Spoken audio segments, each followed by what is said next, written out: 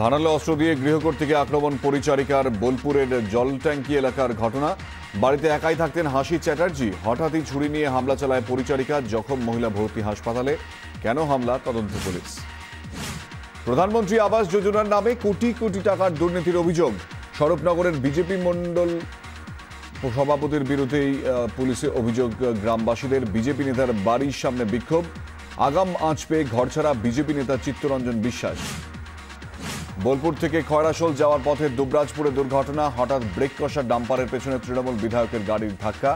আহত নরেশচন্দ্র বাউড়িকে ব্লক হাসপাতালে নিয়ে গেলে ইসিজি করতেই বলেন চিকিৎসকরা, এবং মেশিন খারাপ থাকায় ফিরতে হলো খোদ বিধায়ককে।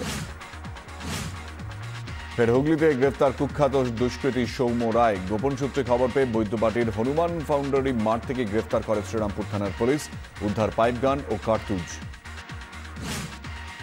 গাইঘাটা ঠাকুরনগরে জালিয়াতি চক্র ফাঁস। উদ্ধার বিপুল পরিমাণ জাল টাকা, জাল ভোটার কার্ড, প্যান কার্ড, ভুয়ো পঞ্চায়েত সার্টিফিকেট। উদ্ধার আধার কার্ড তৈরির মেশিন ও টাকা ছাপানোর মেশিন। ঘটনাস্থল থেকে গ্রেফতার 3 জন। অঙ্গনওয়াড়ি কেন্দ্র মিড ডে মিল খেয়ে অসুস্থ শিশু। পুরুলিয়ার রঘুনাথপুরের 8 নম্বর কেন্দ্রের ঘটনা।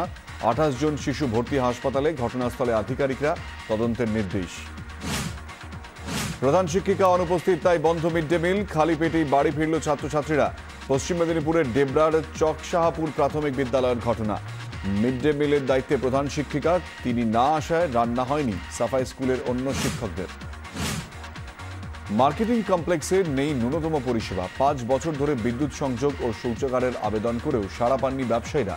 প্রতিবাদে বিক্ষোভে জলপাইগুড়ির রাজগঞ্জ ব্লকের বটতলা মার্কেটিং কমপ্লেক্সের ব্যবসায়ীরা। পরিচালন কমিটির কর্মীদের বের করে অফিস ঘরে তালা দিয়ে প্রতিবাদ।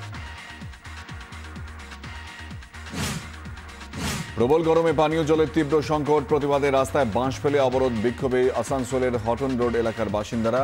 অভিযোগ, 3 দিন ধরে এলাকায় পানীয় জল সরবরাহ বন্ধ। মেয়র জিতেন্দ্র তিওয়ারির আশ্বাসে উঠে যায় অবরোধ।